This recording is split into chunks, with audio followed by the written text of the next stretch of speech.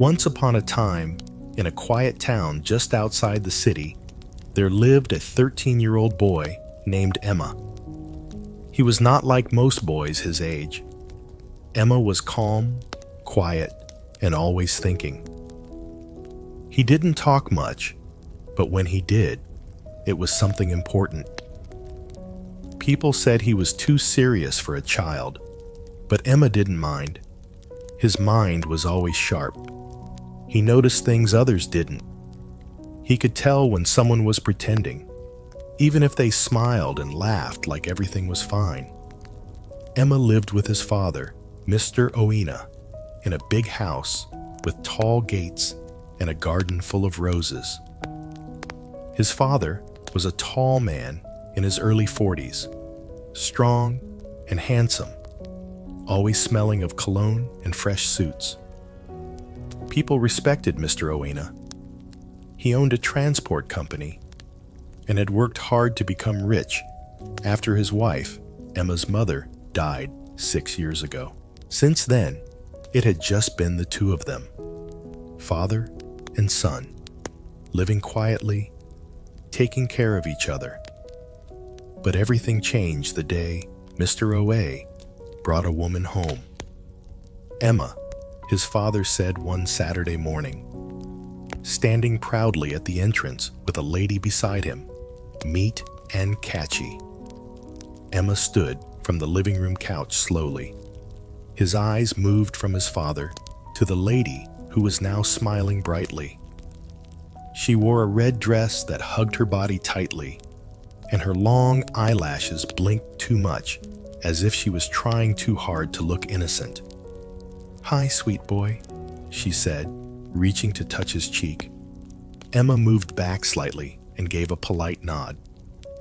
"She's my fiancée," his father added. "We're getting married in 3 weeks." The room suddenly felt smaller. Emma didn't smile. He looked at his father, then at the woman again. Something in his chest tightened. "Nice to meet you," Emma muttered, but it wasn't nice. Not even a little bit. Later that evening, Emma sat on his bed, staring at the ceiling fan spinning slowly above him. The house felt different.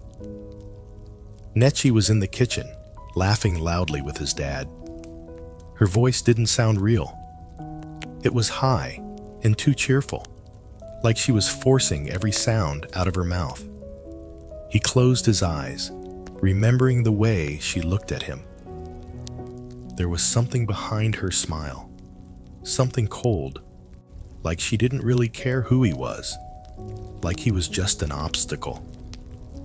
He picked up his tablet and began typing her name on social media, but nothing serious came up, just some filtered photos and fake smiles.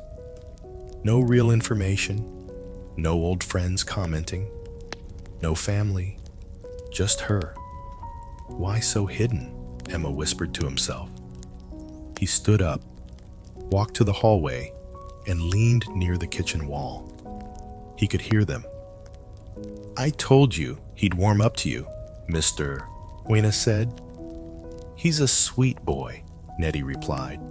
"He just needs time." Emma rolled his eyes. That voice again, sweet and fake, like syrup over something rotten. The next day, they went out together for lunch. Emma sat quietly at the restaurant table, picking at his food while Ketchy laughed at all his dad's jokes. "Oh, Wena, you're too funny." She giggled, placing her hand gently on his arm. Emma looked up from his plate. Her eyes weren't on his dad. They were on the gold wristwatch he wore. She stared at it, just a little too long. "Dad," Emma said suddenly, "can I talk to you?" His father looked surprised. "Now?" "Yes, alone." They stepped outside the restaurant. Emma waited until they were far enough from the windows before he spoke. "Why are you marrying her?" he asked. His father sighed. "EMA, it's been 6 years since your mother passed. I've been alone. You've been alone, and Ketchy brings joy back into this house. Isn't that what we want?" Emma shook his head slowly. "No, Dad, that's not what I want. I don't trust her." "Emma, come on, she's trying." "No, Dad, she's pretending." O frowned. "You're just being a child." "I'm not. I can feel it. Something is wrong with her." His father walked away, frustrated. "Go back inside, Emma." "I don't want to hear any more of this nonsense." For the next few days, Emma said little, but watched closely. Every move Ketchy made, he noticed. How she walked around the house when she thought no one was watching. How she checked his father's bank statements when he left his phone unattended. How she asked too many questions about the house papers and company ownership. One night, Emma couldn't sleep. He went downstairs for water. But as he walked past the guest room where Ketchy was staying, he heard her voice. She was on the phone. Her voice was low, but Emma heard enough. "Once he drinks it, everything will be ours." "Yes, I've already prepared it. Don't fail me this time." Emma froze. He leaned closer. "He'll drink it at the wedding. That's the only way. After that, it's done." His hands began to shake. He stepped back quietly, heart racing. What was she planning? What was in the drink? He tiptoed back to his room, shut the door softly, and sat on the bed with his eyes wide open. The next morning, Emma sat across the breakfast table from her, and Ketchy smiled sweetly. "You slept well?" she asked. "Yes," he answered, staring directly at her. She blinked once, then looked away. When his father came down, Emma tried again. "Dad, I need to talk to you, please." But Owe was already late for work. "We'll talk later," he said, kissing Ketch's forehead. Emma felt a deep sickness in his stomach. He had to do something. He had to stop her. But how? That evening, Emma went into his father's room while nobody was around. He picked up his old phone and placed it behind a flower vase in the sitting room. When Ketchy usually talked on the phone, he made sure the voice recorder was on. He waited. Hours passed. Then finally, just after 10 p.m., she walked into the sitting room with her phone pressed to her ear. "I told you I'm handling it," she whispered. "He won't even suspect. Once the wedding is done and he drinks it, the house, the cars, the money, everything is mine. I said mine, not ours."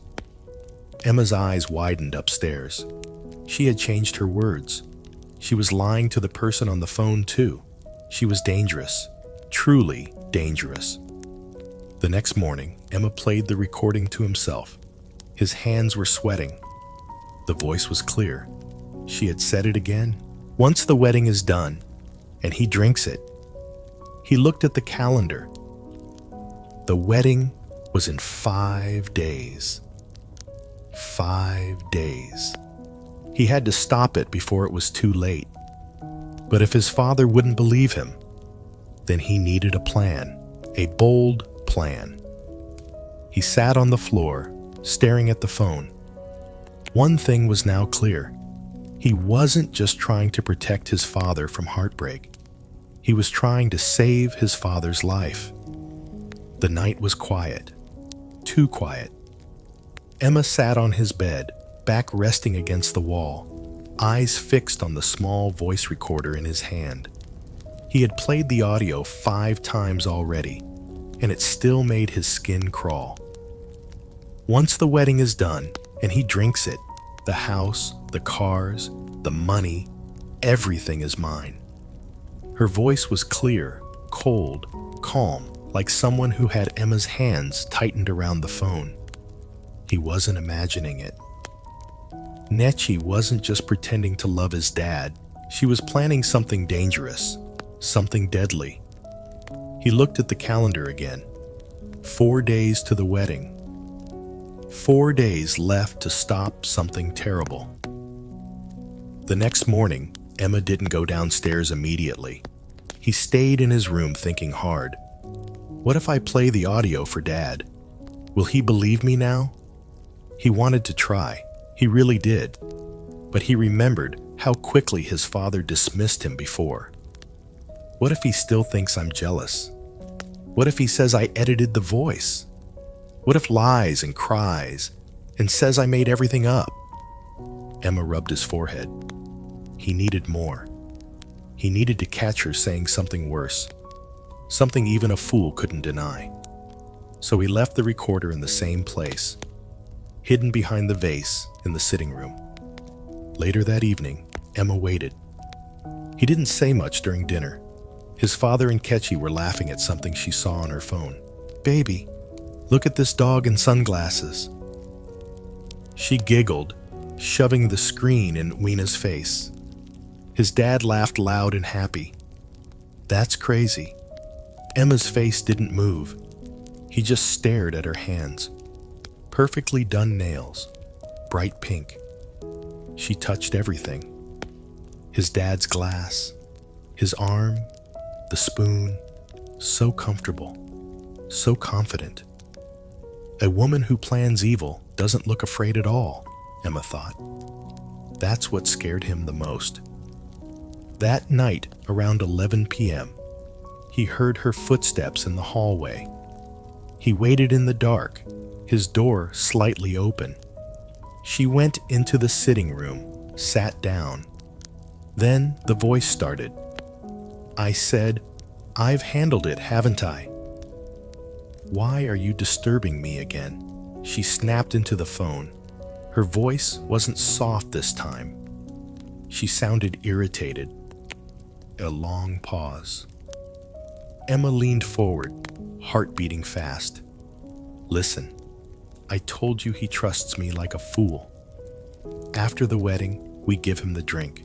Then it's over." More silence. Then her voice again, louder this time. "You'll get your cut, but don't think we're sharing equally. I'm the one marrying him, not you." Emma's mouth dropped open slightly. She was planning to betray the person on the phone, too. "So, don't call me again at night. You'll ruin everything. Let me handle this." He heard the call end. Her slippers shuffled across the tiled floor as she left the room. Emma quietly closed his door and lay down, but sleep didn't come. That recording was the proof he needed. The next morning, he woke up earlier than usual. He rushed to the sitting room, grabbed the phone, and ran back to his room to listen. There it was. All of it, even clearer than the first one. I'm the one marrying him, not you. He breathed hard. His hands were shaking. This woman was evil. She was planning something very bad, and nobody knew except him. He wanted to go downstairs and scream the truth. But then he paused. No, not yet. She's smart. If I say anything now, she'll deny everything and act innocent. She might even say, I'm just a stubborn child who doesn't want a new mom. He had to be patient. The wedding was getting closer. The more confident she became, the more careless she would be. That afternoon, his dad called him into the study. Emma, Mr. Oro said, folding his arms. I feel like you've been avoiding Ketchy.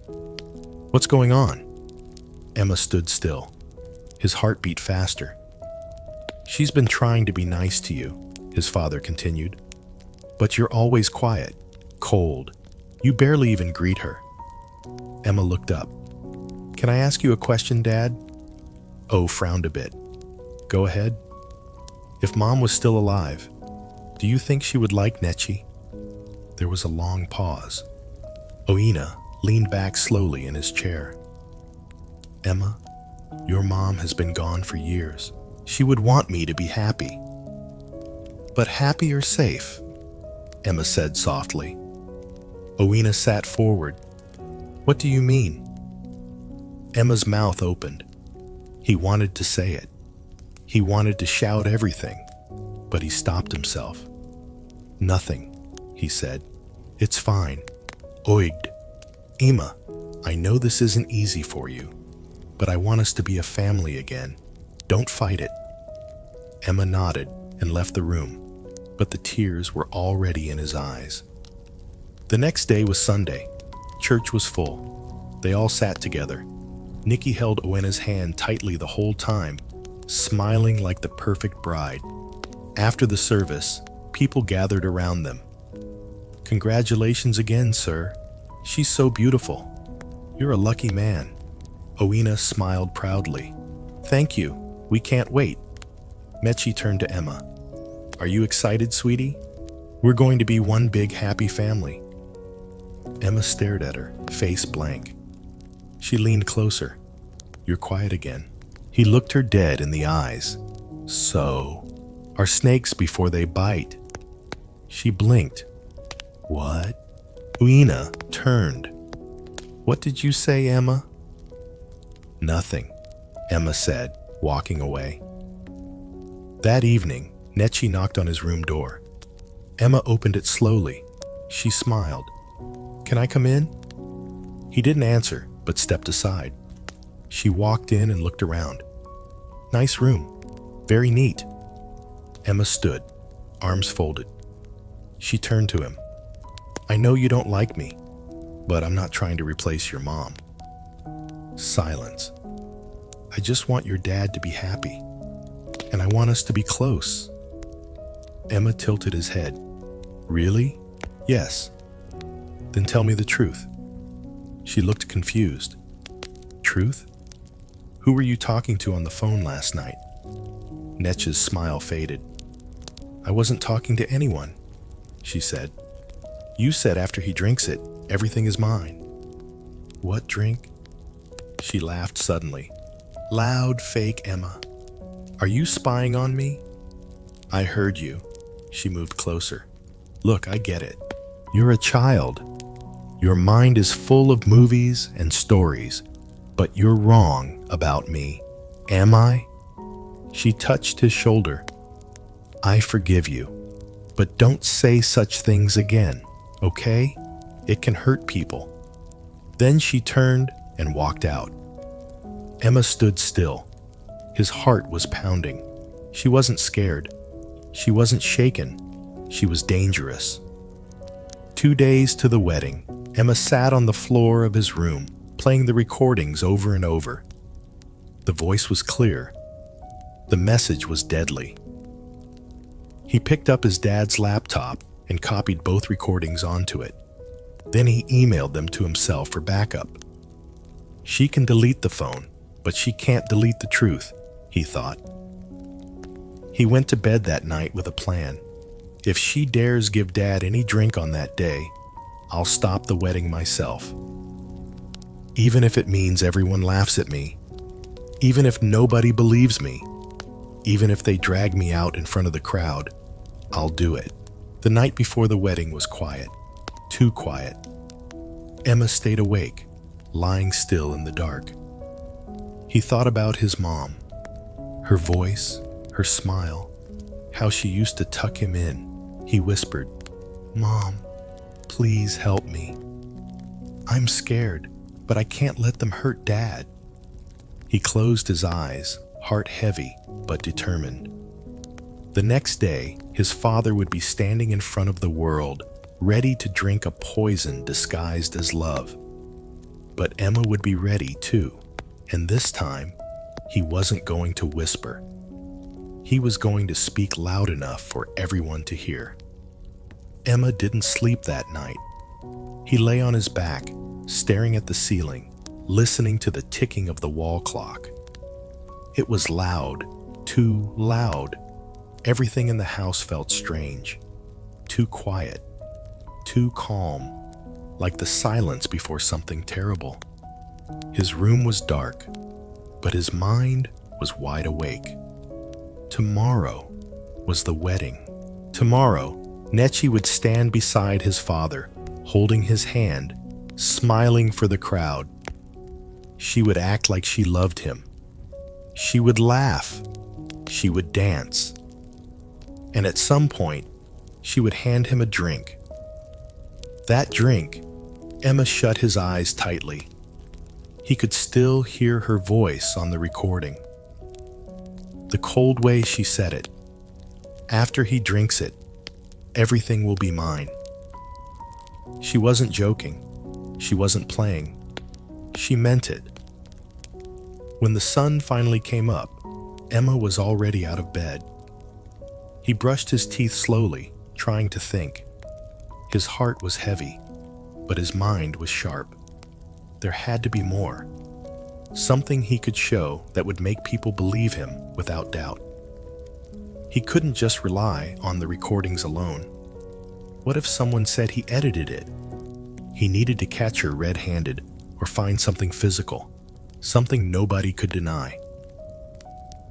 As he rinsed his mouth, he heard footsteps in the hallway. Then he heard her voice. "Oh, don't forget the event planner is arriving by 10 a.m. And we need to check the wine list too. The special one I told you about." Emma's heart skipped. Special wine. So, it was true. He leaned closer to the bathroom door. "Babe," she continued sweetly, "I'll handle the drinks. Just leave that part to me." "Okay. You just relax and look handsome tomorrow." Oena laughed. "I trust you, my love." Emma felt like vomiting. He stepped out of the bathroom just as Nechi walked past. She smiled at him, holding a list in her hand. "Good morning, sweetie. Are you excited? Tomorrow is the big day." Emma looked at her. "Where's the wine?" She stopped. "Sorry, the wine for tomorrow. Where are you keeping it?" She blinked. "Oh, that it's being delivered today. Why?" He shrugged. "Just curious." She laughed lightly. "Well, don't worry. You'll taste it tomorrow." She walked off. Emma watched her go. He didn't trust that smile. He didn't trust anything about her. By noon, the house was full of movement. The event planner came. The decorators arrived, and 2 men delivered boxes of drinks to the backyard storage. Emma stayed quiet, watching. He followed one of the delivery men. "Please, sir," he said, "where did this wine come from?" The man looked at him. "Ah, it's Madam that ordered it. She said it's a private brand, imported." Emma looked down at the label on the box. It had no brand name, just a small sticker with the word "Loves Toast." He had never heard of that before. He took a photo of it with his tablet. Then he waited until the men walked away. Slowly, he opened one of the boxes. Inside were 10 bottles, clear, clean, wrapped in pink paper. He lifted one out carefully and looked at the seal. Didn't look like normal wine. No brand, no expiry date, no alcohol percentage. Just plain, too plain. He took one bottle and hid it inside his backpack. Later that evening, while everyone else was busy with preparations, Emma sneaked out to a pharmacy near their estate. He entered and walked straight to the counter. The pharmacist looked surprised to see a young boy walking in alone with a bottle in hand. "Good afternoon," Emma said. "Good afternoon. How may I help you? Please, can you test something for me?" "I think it's dangerous." The man looked confused. "What? This drink?" "I think it's poisoned." The pharmacist stared at him. "Where did you get it?" "My dad's fiancée ordered it for their wedding, but I heard her saying bad things about it." The pharmacist's face grew serious. He took the bottle, opened it slowly, and sniffed it. Then he poured a small sample into a test strip tray. After a few minutes, the strip turned deep orange. The pharmacist gasped. This is not wine," he said slowly. "What is it?" Emma asked, voice shaking. I'm not fully sure, but there's something bitter inside, like a strong chemical. This isn't normal. Emma's heart dropped. So it's poisoned. I can't say for sure, but it's definitely not safe for drinking. Who is the woman giving this out? She's marrying my dad tomorrow. The pharmacist stared at him. You need to show this to your father. Emma nodded slowly. He won't believe me. He thinks I just don't like her. The man sighed. You're a brave boy. Be careful. I will, Emma said. He took the bottle and walked out. Back home, nobody noticed he was gone. Everyone was too busy decorating the compound. He slipped into his room, placed the bottle carefully in his drawer, and locked it. Then he picked up the phone and played the recording again. After he drinks it, everything is mine. He connected it to his dad's laptop and set it up with the photo of the bottle and the test strip image. Then he opened a folder and named it Truth about Nechi. He uploaded all the files into it and saved it to a flash drive. If anything happens, I'll just play this, he thought. That night, they had dinner together in the living room. The table was full. Pepper soup, jollof rice, plantain, fried chicken. Nechi sat beside Owena, feeding him pieces of fish and laughing like a child. Emma sat across from them, watching every move, every gesture. She didn't know what he had done. She didn't know he had proof. Emma, his dad said, you're not eating much. I'm fine. Are you nervous about tomorrow?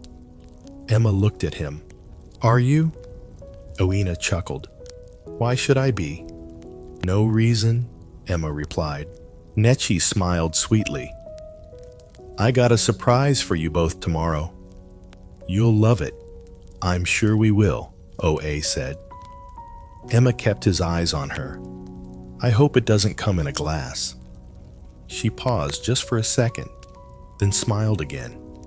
Funny boy. But Emma saw it. That pause. She knew. She knew he was watching her. After dinner, Emma went back to his room and sat in the dark. He felt a mix of fear and anger. What if she finds the bottle?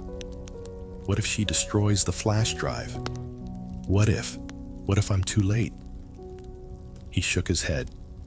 No, I can't be late. Not this time. Tomorrow was the wedding. Tomorrow everything would come out. And if no one else would speak, he would. The wedding morning arrived like thunder. Loud music blasted from rented speakers. Drums beat in the compound.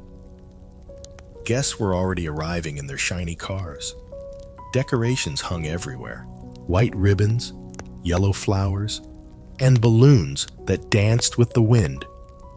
Emma stood by the window in his room, looking outside. His heart was heavy, his eyes sharp. Everything looked beautiful.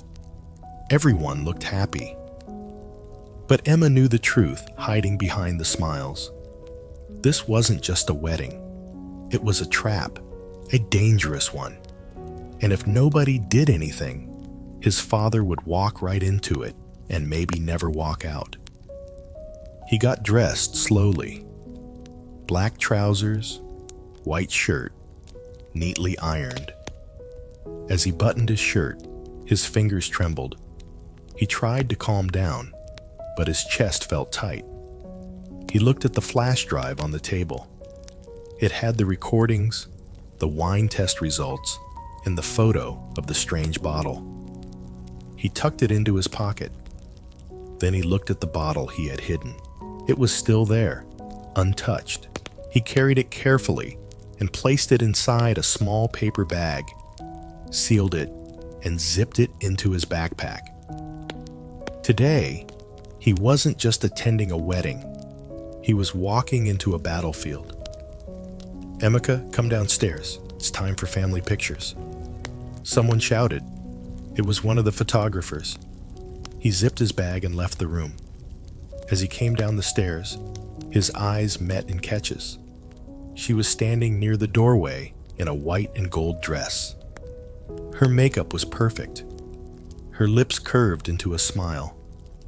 "Don't you look handsome?" she said. Emma didn't answer.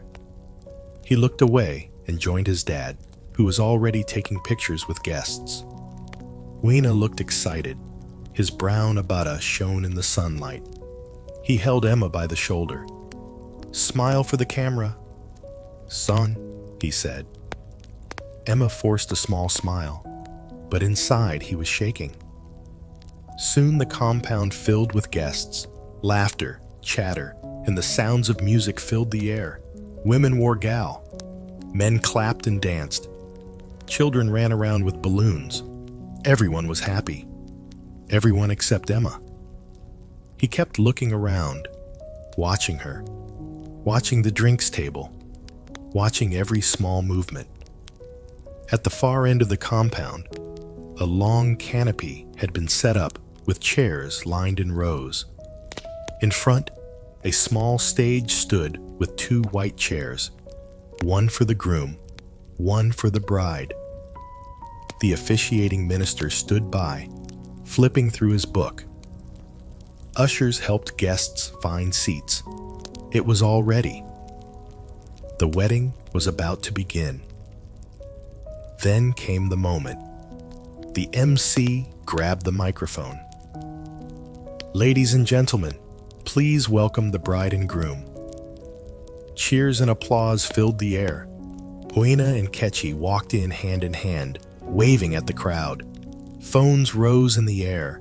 Cameras flashed. They walked slowly to the front, smiling. Emma followed behind them quietly, his hands inside his pockets, gripping the flash drive tightly. The crowd settled as the minister took the mic. "We are gathered here today to witness the joining of this man, Oina, and this woman in holy matrimony." Applause again. The minister continued speaking, but Emma wasn't listening. His eyes were on the drinks table. On one side of the stage, a tall waiter opened a silver tray and placed 2 wine glasses gently. One had red wine. The other looked lighter. Nikki turned and looked at the glasses. Then she whispered something to the waiter. He nodded and walked off. Emma's eyes followed the glass. Something was off. The minister spoke on. "If there is anyone here who has any reason why these 2 should not be joined, speak now or forever hold your peace."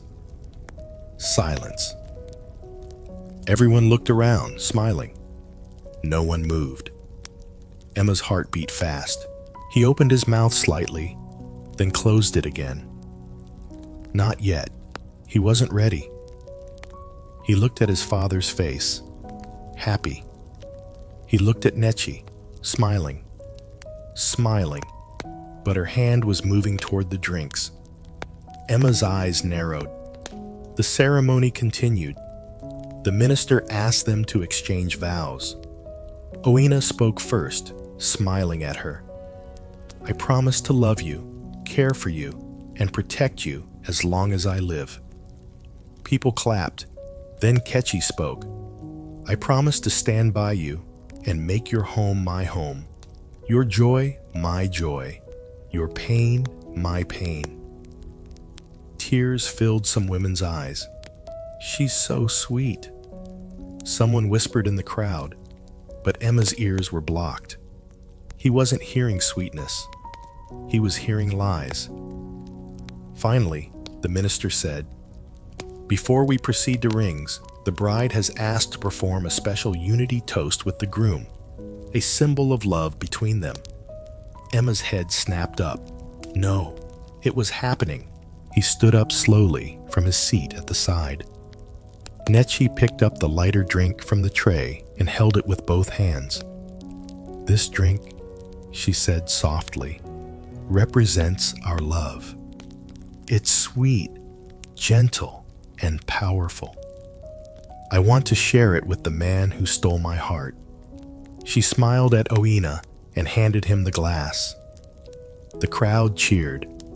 Emma stepped forward slowly. Oina raised the glass. His lips were almost touching it. And then, "Dad, stop!" Silence. All heads turned. Gasps filled the air. Emma walked quickly up the stage, eyes wide, heart racing. "Don't drink it, Dad. Please, that wine is poisoned." Everyone stared. Whispers rose. Oina looked confused. "Emma, what are you saying?" Nechi froze. The smile dropped from her face. Emma turned to the crowd. "I said, the wine is poisoned. She's trying to kill him." People began to murmur. The MC looked shocked. The minister stepped back. Nikki laughed nervously. "What?" "Emma, that's not funny." "I'm not joking," Emma shouted. "I have proof." He pulled the flash drive from his pocket and raised it. "I recorded her calls. I tested that wine." She said, "Once he drinks it, everything will be mine." She said it herself. "Emma, stop this madness." Weena said, "This is a wedding, not a movie." But Emma was shaking now. He pulled the paper bag from his backpack and held up the wine bottle. "This is what she brought. It's not normal wine. I had it tested. There's a chemical in it."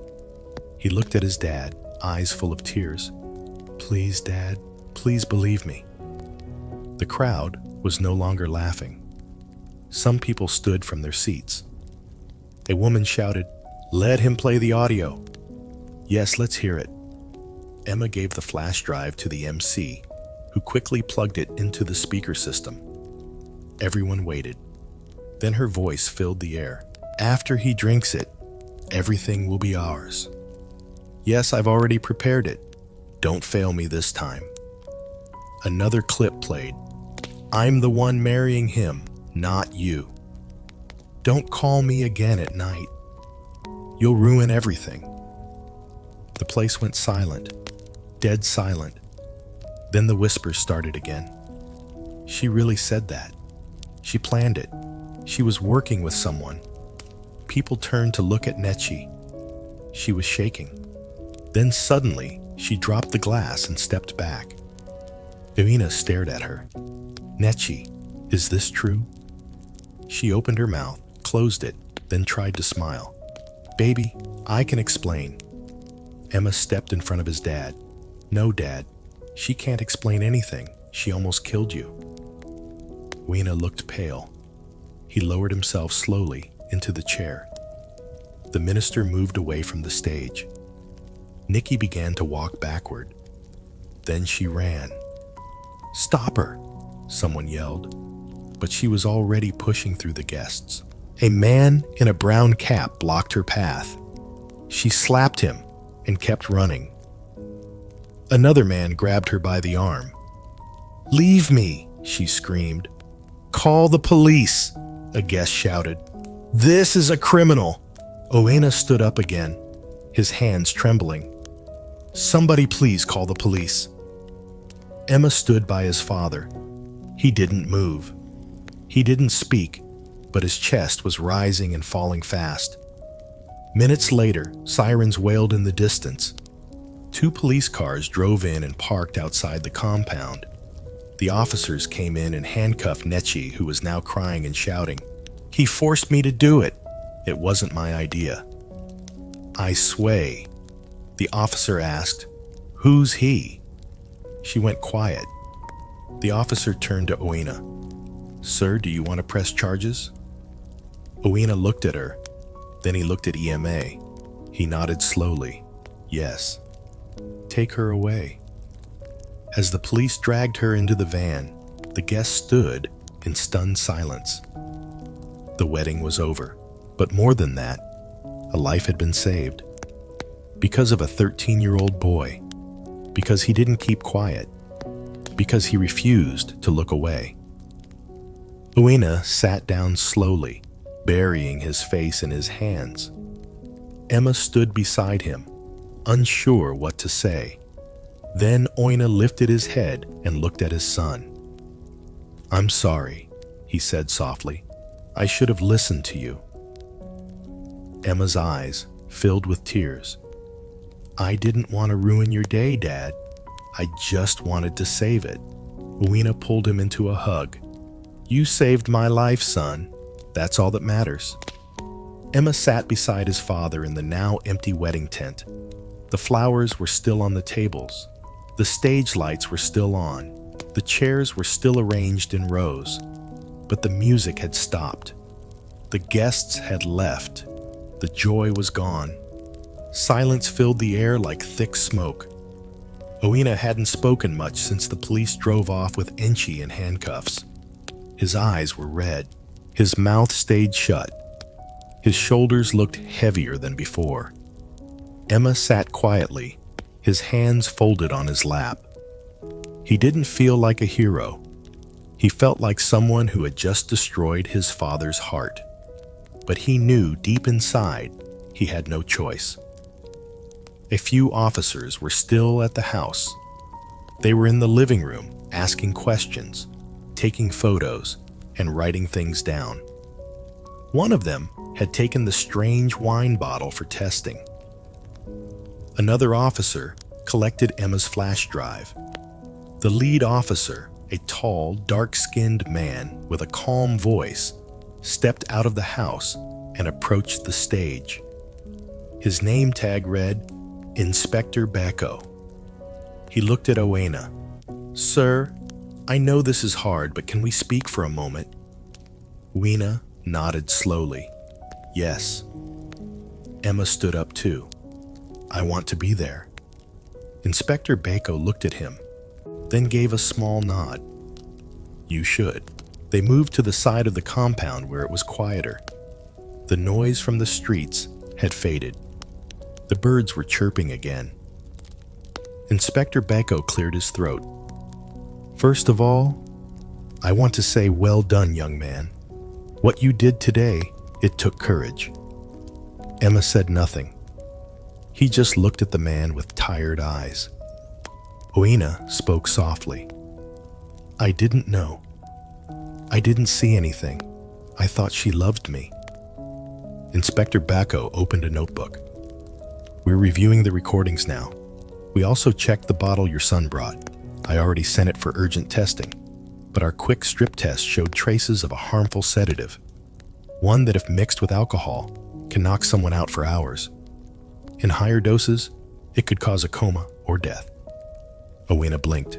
She was really going to. Inspector Bacco looked him in the eye.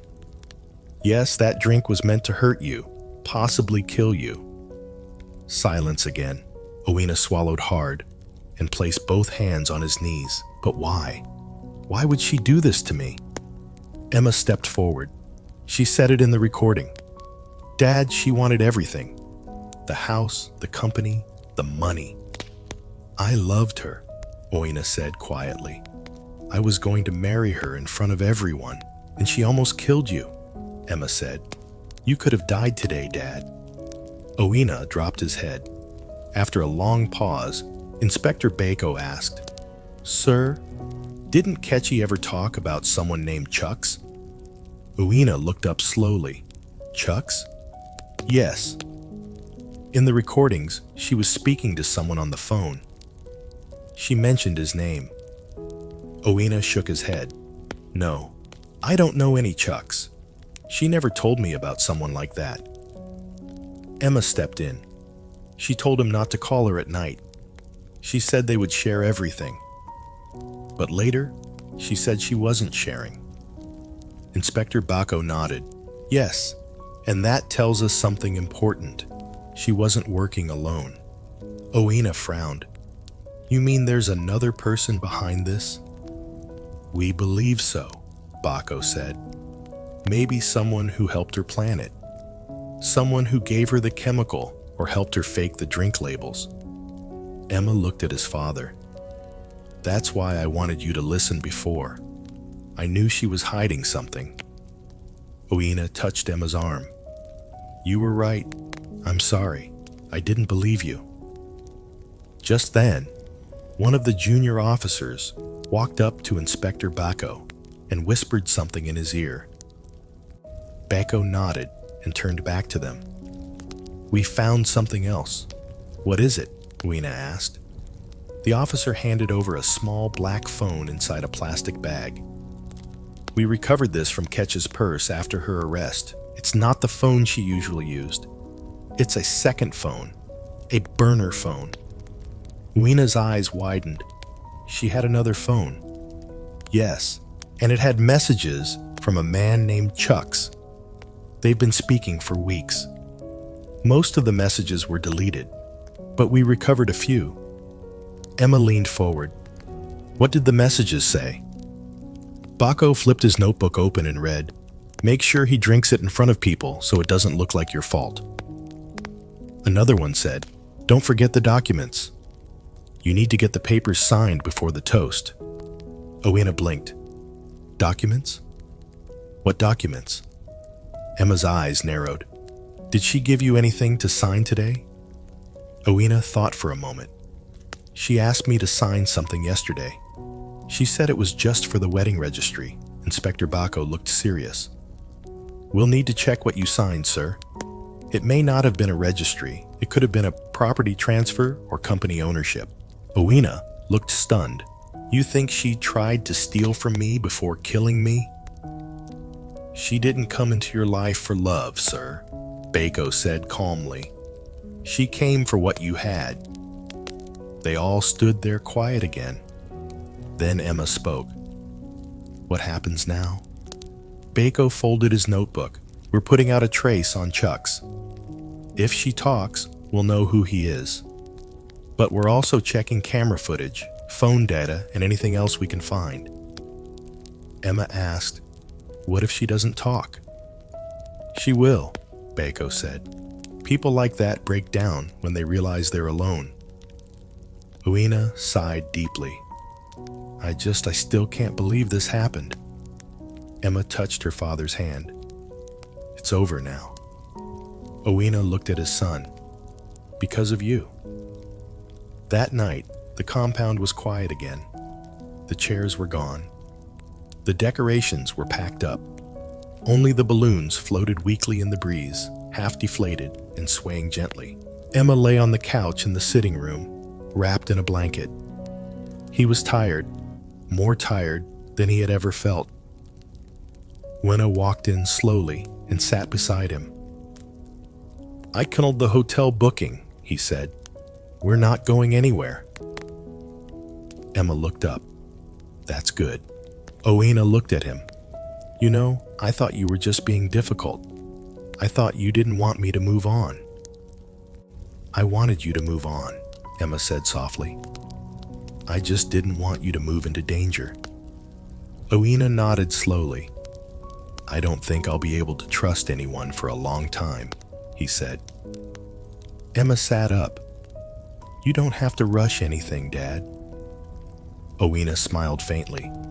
"You sound like the adult here." Emma shrugged. "Maybe I had to grow up too fast." Uina wrapped his arm around him. "Thank you for saving me." Emma leaned on his shoulder. "Thank you for finally listening." The next day, Inspector Bako returned with updates. They sat in the dining room this time. "We tested the wine bottle again," he said, placing a file on the table. "The drink contains Zulexin, a banned sedative. Strong, dangerous." "What does it do?" Uina asked. "In small doses, it causes deep sleep. In large amounts, it can slow breathing. If it's mixed with alcohol, it can stop the heart." Uina swallowed hard. She didn't just want to take your wealth. She was ready to risk your life to do it. Emma looked at his father. "That's why I couldn't stay quiet," Bako continued. "We also traced the phone number of the man she was talking to. His name is Chukwokoro, age 35, lives in Oi. He has a criminal record, fraud and identity theft. We're going after him." Uina leaned back in his chair. "So, she was working with a criminal," Yes, most likely her boyfriend or husband. We're not sure yet. Emma's eyes widened. Husband. Bako nodded. There's a chance she was already married. We're checking the marriage registry too. Weena placed both hands on the table. If she was married, then the whole wedding was a lie. It already was, Emma said. That evening, a few close friends came to visit. They sat quietly with Owena, shaking their heads, asking questions, whispering among themselves. One of them, Uncle Enna, said, "Emma, you are a brave boy. What you did, not many adults could do it."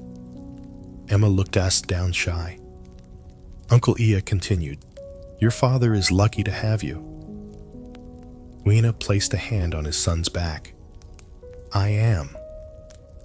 Another guest asked, "Will you still press charges?" Weena nodded. "Yes, she needs to face the law. If she walks free, she'll do it to someone else." Everyone agreed. That night, as Emma climbed into bed, his father stood at the door. "Good night, son. Good night, Dad." Owena didn't move. He stood there a moment longer. Then he stepped in and sat at the edge of the bed. "I know I keep saying thank you, but I need to say it again." Emma smiled. "You've said it enough." "I mean it," Owena said. "I almost gave my life to someone who didn't care about me. I almost ignored the one person who truly did." Emma looked at him. "I forgive you." Weena leaned forward and hugged him tight. "I love you, son. I love you too, Dad." Outside the window, the night breeze blew gently. The stars were out. The sky was quiet.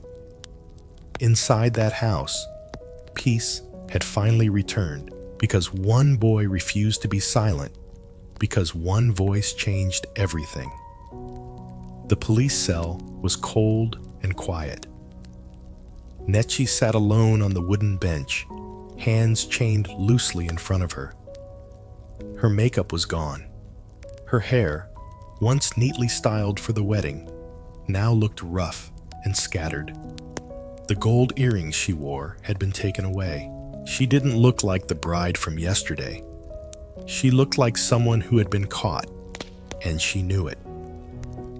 The sound of footsteps echoed down the corridor. Her body tensed. Then she heard the door open. Inspector Bako stepped in with a calm face and a brown folder under his arm. He closed the door behind him and pulled a plastic chair across from her. Nechi didn't look up. "Good morning," he said. Still, she didn't respond. "I see you're not in the mood for small talk," he said quietly, placing the folder on the table between them. "That's fine. We're not here for games." She finally looked up. Her eyes were red and tired. "What do you want?" "The truth," Bako replied, "and you're going to give it to me today." Back at the house, Emma and Oina sat in the kitchen. The smell of boiling tea filled the air, but neither of them was drinking. Oina held the newspaper in his hand. The headline read, "Wedding Poison Plot. Bride Court Trying to Kill Billionaire Groom." The photo showed Emma standing in front of the crowd, one hand in the air, stopping the wedding. Emma looked at it and sighed. "I still can't believe all those people were clapping and smiling for her, even me. I almost believed it was going to be a perfect day." Weena folded the paper and dropped it on the table. "I was blind, completely blind." "You trusted her," Emma said.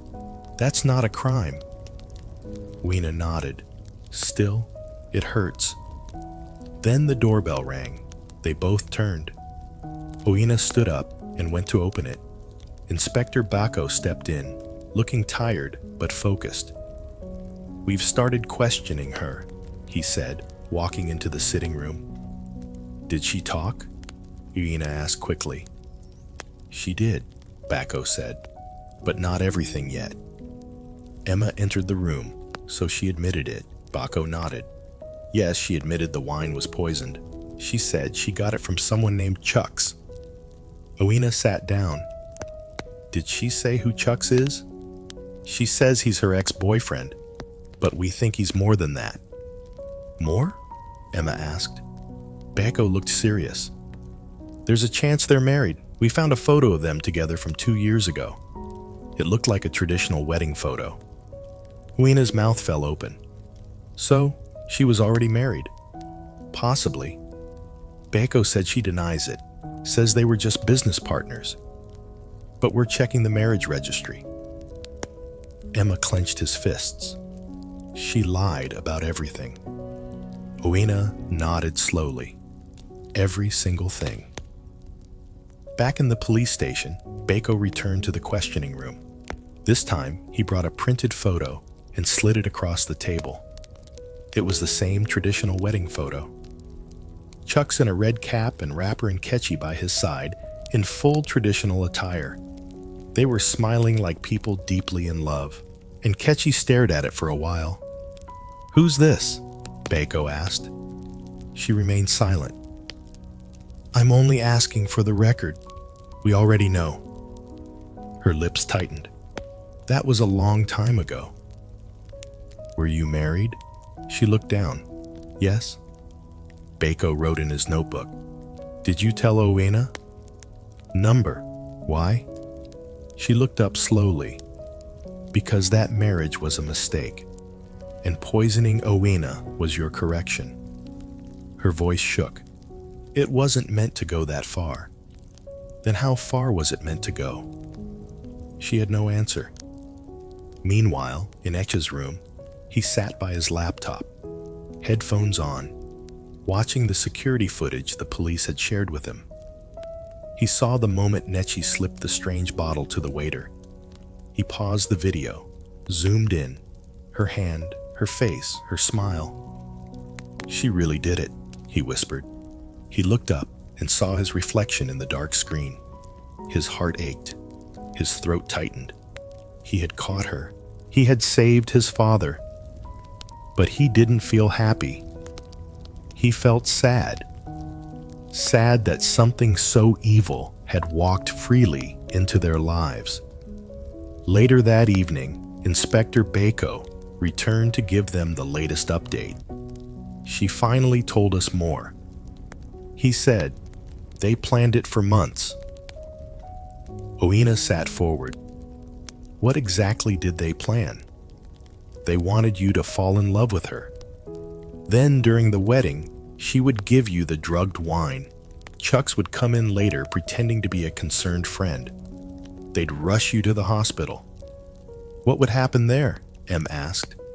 They planned to make you disappear.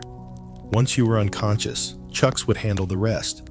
Forged death documents, transferred property, disappeared money. Owena's hands were shaking. All from one wedding. They thought you'd never see it coming. Emma whispered. They didn't expect me. No, Beko said. They didn't. The next day, Nechi finally broke down in the interrogation room. She cried, begged, shouted, and even tried to lie again, but nothing worked. When Beko placed the bottle, the wedding footage, the messages, and the recordings in front of her one by one, she slumped in her seat. She folded her arms and whispered, He promised me we'd leave this country. He said we'd take everything and disappear. Who? Chucks, Beko asked. She nodded. Did you love him? She wiped her face. I thought I did. Do you think he loved you? She looked away. Beko continued. He used you, and now he's nowhere to be found. She sniffed. Where is he? We don't know yet, but we'll find him. Back at the house, Owena opened a drawer in his room. Inside were the wedding rings still in their box. He picked up one, looked at it for a long time, then placed it back. Emma stood at the door. Are you okay? He asked. Owe turned slowly. I don't know. It's okay not to be okay, Dad. Uina walked to him. "I feel stupid." "You're not," Emma said. "I let her into our lives. You didn't know." Uina looked at his son. "But you did. You knew something was wrong. You didn't let her blind you." Emma gave a small smile. "I just watched what others ignored." Uina pulled him into a hug. "You're my hero." That night, the news showed footage of Mechi being led out of the station in handcuffs. Her face was down. She didn't speak. The reporter said the investigation continues as police search for her accomplice, Chukuri Okoro. He is believed to be the mastermind behind the plot to murder and defraud Mr. Owena, a successful businessman. Emma and Owena watched together. "She thought she could win," Emma said. Owena nodded, but the truth won instead. The next morning started quietly. Birds chirped outside the window. The sun rose gently over the house, and the world around seemed calm. But inside the house, Emma knew the storm was still blowing. He stood at the kitchen sink, rinsing his cup after tea. He hadn't spoken much since last night. His eyes looked tired, his thoughts running deep. Behind him, his father walked into the kitchen holding his phone. "Emeka," Oina said softly. "Inspector Bako just called." Emma turned slowly. "Did they find Chuck's?" Wina nodded once. "They traced a location. They think he's hiding somewhere in Enugu. He's been using different phone lines. But he made a mistake. He used one of his old SIM cards to book a hotel." Emma's heart started beating faster. "So, what are they going to do?" Oina sat at the table. Bako and a small team are heading there now. He said they'll try to catch him today. Emma dropped the cup carefully on the rack. "I hope they catch him. He doesn't deserve to be free after everything he planned." Oina stared at his son, his face soft. "You're stronger than I thought. I just don't want him to do it to another family," Emma said. "Me too," OA replied. "And this time, I'll be watching closely." Far away in a small guest house in Enugu, Chuck sat at a plastic table, flipping through his phone. His eyes scanned the news headlines. Wedding day. Poison plot shocks. Nation. Groom survives attempted murder by fiancé. Young son exposes evil scheme. He cursed under his breath and tossed the phone on the bed. He paced the room angrily. "She ruined everything," he muttered. "She let a child beat her." He looked out the window, paranoid. Every car that passed made him jump. Every sound made his hands twitch. He didn't trust anyone anymore. Not even the receptionist downstairs. He had one bag. Inside, it was some cash, 2 fake ID cards, and a cheap passport he was planning to use to leave the country. But now, he wasn't so sure he would make it out. Back at the station, Inspector Bo moved fast.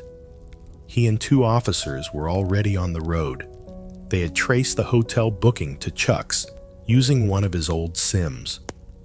He had used a different name, but the face captured by the security camera was a match. "We'll go in quiet," Bako said to the team in the van. "No noise, no warning. He's smart. One wrong move and he disappears." The officers nodded. Back in the holding cell, Nechi sat alone, hugging her knees. She hadn't eaten much. Her face looked blank. Her hands trembled lightly. She hadn't heard from Chuck's in days. The last thing he said to her in a voice message was, "Stay quiet. Don't say anything. I'll handle everything." But she knew now he had no plan to handle anything. He had left her behind. At exactly 12:43 p.m., the police van arrived in front of the guest house. Inspector Bacco stepped out, sunglasses covering his sharp eyes. He motioned for the officers to split, one to the back, the other to the side. He entered the front desk. "Good afternoon," he said calmly to the receptionist. The young lady looked up. "Good afternoon, sir. We're looking for someone. He checked in 3 days ago. Room 16. What name did he use?" The receptionist blinked. I think it was Mr. Uch. Has he come out today?" "No, not since morning. Just ordered water once." Bacco nodded. "Good. Stay calm. We'll handle it." He gave the silent signal. The two officers climbed the stairs quickly and quietly. Bacco followed. Outside room 16. They stood for a second. Then he knocked. "Room service?" No answer. He knocked again. "Sir, your food is here?" Still no answer. Then footsteps. A slow approach. Click. The sound of a lock turning. As the door cracked open, Bacco pushed hard. The door slammed open. "Police, don't move." Chucks jumped back in shock, hands half raised. What's going on?" "Hands on your head now." Chucks backed away slowly, breathing hard. "I didn't do anything. You're under arrest for attempted murder, fraud, and conspiracy," Bacco said, walking in. He motioned, and the officers grabbed Chuck's arms and cuffed him. "You have the right to remain silent," Bacco added. "And if you run that mouth again, I'll add resisting arrest." Chucks gritted his teeth. "I want a lawyer." "You'll need more than a lawyer," Bacco replied. "You'll need a miracle." Later that night, Owena's phone rang again. He picked it up quickly. "Hello, Owena," Bacco's voice came through. "We got him." Owena stood up from the couch. "You caught him?" "Yes. He was hiding in a hotel room in Enugu. Tried to lie at first, but we have the messages, the photos, and now we have him." Owena turned to Emma, who was already looking up. "His court," Owena said with a smile. Emma breathed deeply. "Good." Bacco added, "We're bringing him in. I'll call you tomorrow when we begin the official charges." "Thank you, Inspector, for everything." Bacco replied, "Don't thank me. Thank your son." At the station the next morning, Chuck sat in the same chair Ketchy had used days before. His hands were cuffed. His face was full of anger. Across from him sat Inspector Bacco. "Let me guess," Bacco said. "You didn't plan anything." "She acted alone." "Right." Chuck said nothing. "We have the messages, Chucks. The calls, the plan, the bottle." Chucks rolled his eyes. "She was the one with him, not me." "You gave her the drug," Bacco replied. "You told her what to say, what to do. You guided her through every step. She wanted it, too." Chuck snapped. "She was tired of poor life. She wanted money, and you promised her everything." Chuck stayed quiet. "You said you'd marry her after." Bacco said, "You said you'd leave the country together." "She believed I would," Chucks muttered. "But you were going to leave her behind, weren't you?" He didn't answer. Bacco stood and walked to the door. Before leaving, he said, "The boy ruined your plan. And you know what? He was only 13. That must really hurt." Then he walked out. Back home, Emma opened his journal. He flipped to a clean page. At the top he wrote, "What I learned from almost losing my dad," and beneath it, in small letters. 1. Watch people carefully. Their smile can lie. 2. Speak up even when no one listens. 3. Love is not always loud. Sometimes it's just protection. He paused. Then he wrote number 4. 4. Always trust your gut, even if it makes you the enemy. Oina walked in just then. He saw the journal. You writing again? Just writing how I feel, Emma said. Oina sat beside him. I've been thinking too. About what? About what comes next. Emma looked at him. What does come next? I don't know, Oina said softly. But I know one thing. I don't want to live like I used to. Blind, rushed, afraid of being alone. You're not alone, Dad. Oina looked at him. I know I have you. That evening, the news came in. Police arrest Chucks, the man behind Wedding Day poison plot. Emma and Oina sat side by side as the news played on the TV. The footage showed Chucks being led in handcuffs into the station. The reporter said, authorities say both suspects will face full prosecution. Investigations show this was a well-planned scheme involving fraud, fake documents, and an attempted murder that was only stopped by a brave 13-year-old boy. Emma looked at the screen quietly. Then, he looked at his father. Oina placed his hand over his son's and smiled, and for the first time in days, Emma smiled back. The courtroom was full, not just with people, but with whispers, with tension, and with eyes that had read the headlines for weeks. Some people came because they were curious. Others came because they wanted to see the boy who stopped a wedding. Emma sat quietly beside his father on the second bench.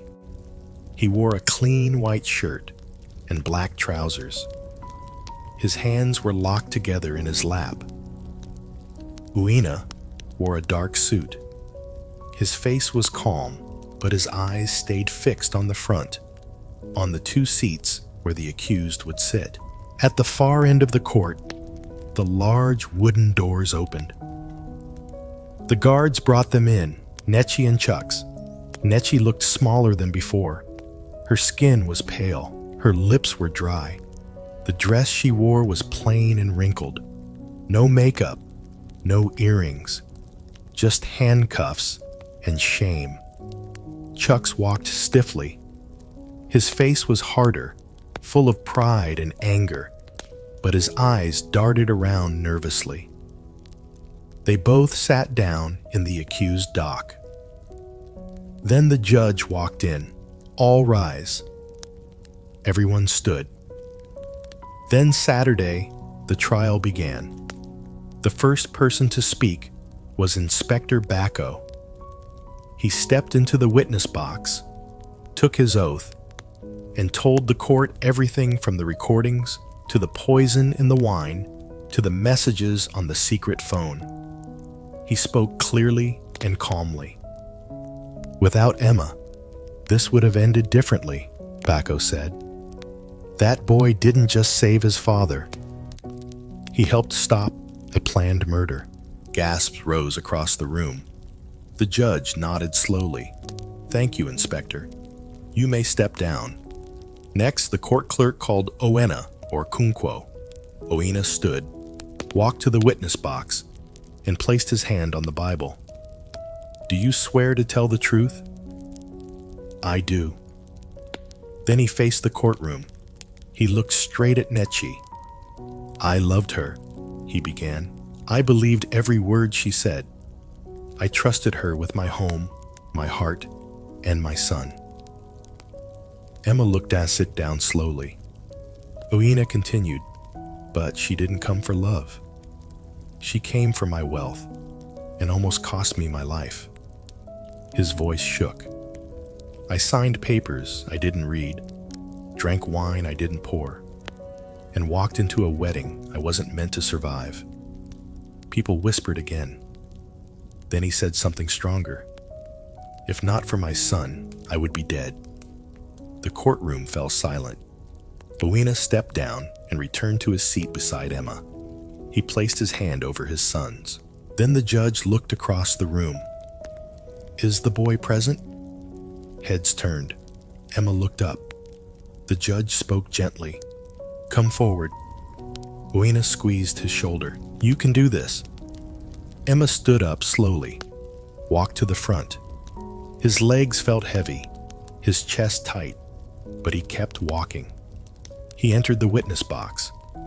The judge looked at him. "What's your name, son? Emma or Conquo?" "How old are you?" 13. "Do you understand why you're here?" "Yes, sir." "Tell us what happened in your own words." Emma took a deep breath. His voice shook a little. "I didn't like her from the first day. I felt something strange." She smiled, but it didn't reach her eyes. He looked at Nechi. She looked away. "I tried to tell my dad, but he didn't listen. He thought I was being difficult, so I watched. I listened. And one night, I heard her talking on the phone, saying once he drinks it, everything will be ours." Gasps again. "I hit a phone. I recorded her. I tested the wine. I saved it. I made copies. I didn't want to ruin the wedding, but when she gave him that glass, I knew I had to do something." The judge leaned forward. "And you stopped the wedding?"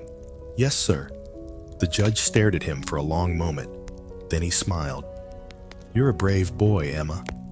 Emma nodded slowly and stepped down. The final part of the trial came. The judge looked at the accused. Netya died. "Do you have anything to say?" She stood slowly. Her voice was barely a whisper. "I'm sorry." The judge frowned. "Is that all?" She nodded. "Did you love him?" She looked down. "I thought I did, but I loved what he had more." Gasps again. The judge turned to Chucks. "Chukwuoro, any final words?" Chuck stood, chin high. "I don't regret wanting a better life. I only regret trusting her." Everyone reacted. Nechi turned sharply. "You liar! You planned everything." They both started arguing. The guards held them back. The judge banged the gavel. Silence. After a long pause, the judge looked around the courtroom. This was not just a case of fraud. It was an evil plan born out of greed. A man almost lost his life. A boy almost lost his father. And 2 adults almost got away with it. He turned to the accused. "You will both face the full punishment of the law." He paused. "I sentence Adive to 25 years in prison for attempted murder, conspiracy, and fraud." Nechi burst into tears. The judge turned to Chucks. "I sentence Chukwuoro to 30 years in prison for masterminding the plot, supplying the poison, and fraud." Chucks clenched his jaw, but said nothing. The gavel dropped. Case closed. Outside the courtroom, reporters surrounded Oena and EMA. "Sir, how do you feel about the sentence?" "Emma, what gave you the courage to speak out? Will you press charges for the fake documents too?" Oena raised his hand. "No more questions. My son and I just want to go home." He placed his hand on Ika's back, and they walked past the cameras, past the flashing lights, and into their car. On the drive home, they didn't speak much, but inside the silence, something new was growing. Peace. At a red light, Oena looked at his son. "I'm proud of you." Emma smiled. "I'm proud of you too." Oena raised a brow. "Me? Yes." Emma nodded. "You listened. That takes courage too." Weeks passed. Things went back to normal. The flowers in the garden grew again. The laughter in the living room returned. The house became a home again. Oena went back to work. Emma went back to school. People still whispered sometimes. Some called him the boy who stopped a wedding. Others just looked at him with wide eyes and respect. But Emma didn't care about fame. He cared that his dad was alive. He cared that truth won. And more than anything, he cared that he didn't stay silent. Final scene. One Saturday, Oina walked into Emma's room holding a small wrapped box. "What's this?" Emma asked. "Open it." Emma tore the paper slowly. Inside was a silver plaque. It read to Emma, or Conquo, for saving a life and speaking the truth. "You are a hero." Emma looked up, eyes shining. "Dad," Oina smiled. "Just a little thank you." They hugged tightly. And from that day, no matter where Emma went, he never forgot one thing. Sometimes the quietest voices save the loudest lives.